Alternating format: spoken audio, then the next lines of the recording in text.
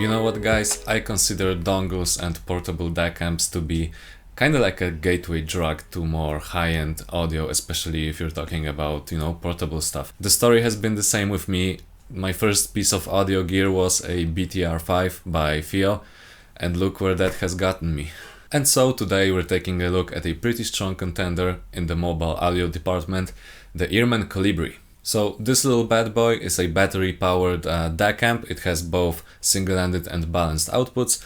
Back in the day it costed more than $300, more than $330 I believe even, but now it's listed on the EarMen website for as low as $250, and I think it's a pretty good price, and let me explain why. I can't really show you the unboxing bit because we got this quite some time ago and the box is, I believe, just no longer there. So sorry about that, I'll do better next time. Something that immediately stands out when you take this thing into your hands is the build quality. Let me take it out. I've mentioned BTR5 earlier. This is very similar. It's a little bit larger, I believe, but we still have this glass front and back panels and this kind of metal ring that goes around with all the buttons and stuff on it. And in order to protect those beautiful glass panels, we get this kind of a protective case for it as well. All of this is really cool, I have to admit, but there is a gripe I have with this thing when it comes to ergonomics. Let me tell you about it. Alright, so this is the Colibri.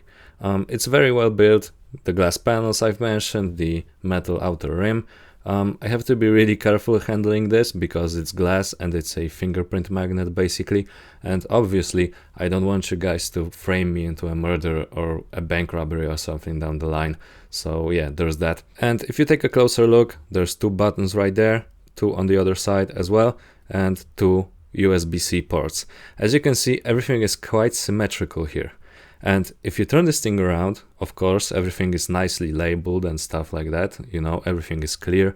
But what happens if you put this thing in its case? And boom, see, now you can't really see anything. There aren't any markings, the buttons are basically identical, they are the same shape, the same size, and don't get me started on those USB ports. You don't want to have to, take this thing out of its case to check which port is for data and which port is for charging, but now it's kind of problematic.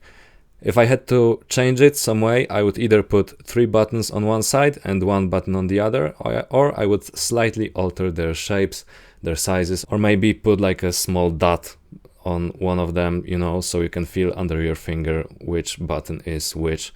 And in terms of the USB-C ports, you could actually, I believe there's space for like a small label here and there. And that's actually a bit impractical, but on the other hand, that's like the only real gripe I have with it. It's pocketable, it's small, I mean, not that small, come on, but still not very big. And yeah, it's a comfortable device overall. So right back to the desk. Something quite remarkable about the Colibri is its relation between power and size. It pushes out up to 280 milliwatts at 32 ohms, which is quite impressive if you consider that it's such a small device and you can basically connect it to your phone, laptop, whatever you want. And it's battery powered, so you don't have to worry about your laptop or phone battery being drained faster than you can think. I know it's powerful, it's got the high-res sticker and it does MQA, but how does this thing actually sound? And I think a fair comparison here is the EarMen Angel that I've reviewed quite a few weeks back. I think you could call it like the EarMen house sound at this point. It's a neutral type of sound with great dynamics and overall just great technicalities all across the board. So if you have a set of IEMs or some not so power hungry cans, well, if you like their sound signature and want to kick things up a notch in terms of the technical department, this is a great toy for that. And I actually found it useful basically with everything I have in here. I've even used it with the HE1000 SE that you can see here in the back. I just love testing basically everything with those cans, and it actually did quite well. This and the Luxury and Precision W2 actually became kind of a testing bench when it comes to IEMs for me. Both of those have a great sound signature that I absolutely love, and it's just a pleasure to test basically everything that comes in here in terms of IEMs. You know what? Even though I absolutely love my HE1000 SE, I have to say sometimes I wish it had a little bit more punch, a little bit more kick to it. And this, even though it's only 280 milliwatts, it actually manages to kind of elevate that as well, which is, to me, it's super impressive that even such a high-end headphone can benefit from what this thing has to offer. And this sound signature is also a great asset when you consider where the Colibri lands on the market.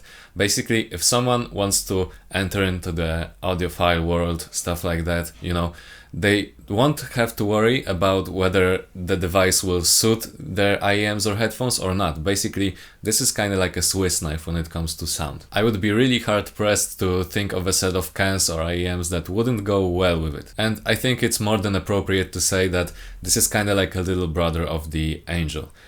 It's smaller, it has less power, a smaller battery, but it still has that great sound that, you know, many people love, and that works great with everything you throw at it, basically. Of course, unless you're trying to listen to Sosvaras or the 1266 on this, then I'm sorry, this just won't do. Overall, I think this is a very solid device. Of course, it has some gripes in terms of ergonomics, but when you consider how great the sound is overall, I think it's not that big of a price to pay, especially considering that you only have to pay $250 for this. The strongest points of the Colibri for me are the build quality and the versatility. Those are like the two greatest things about it. If I had to change something about the Colibri, it would be, as you probably know by now, the buttons and the ergonomics and stuff.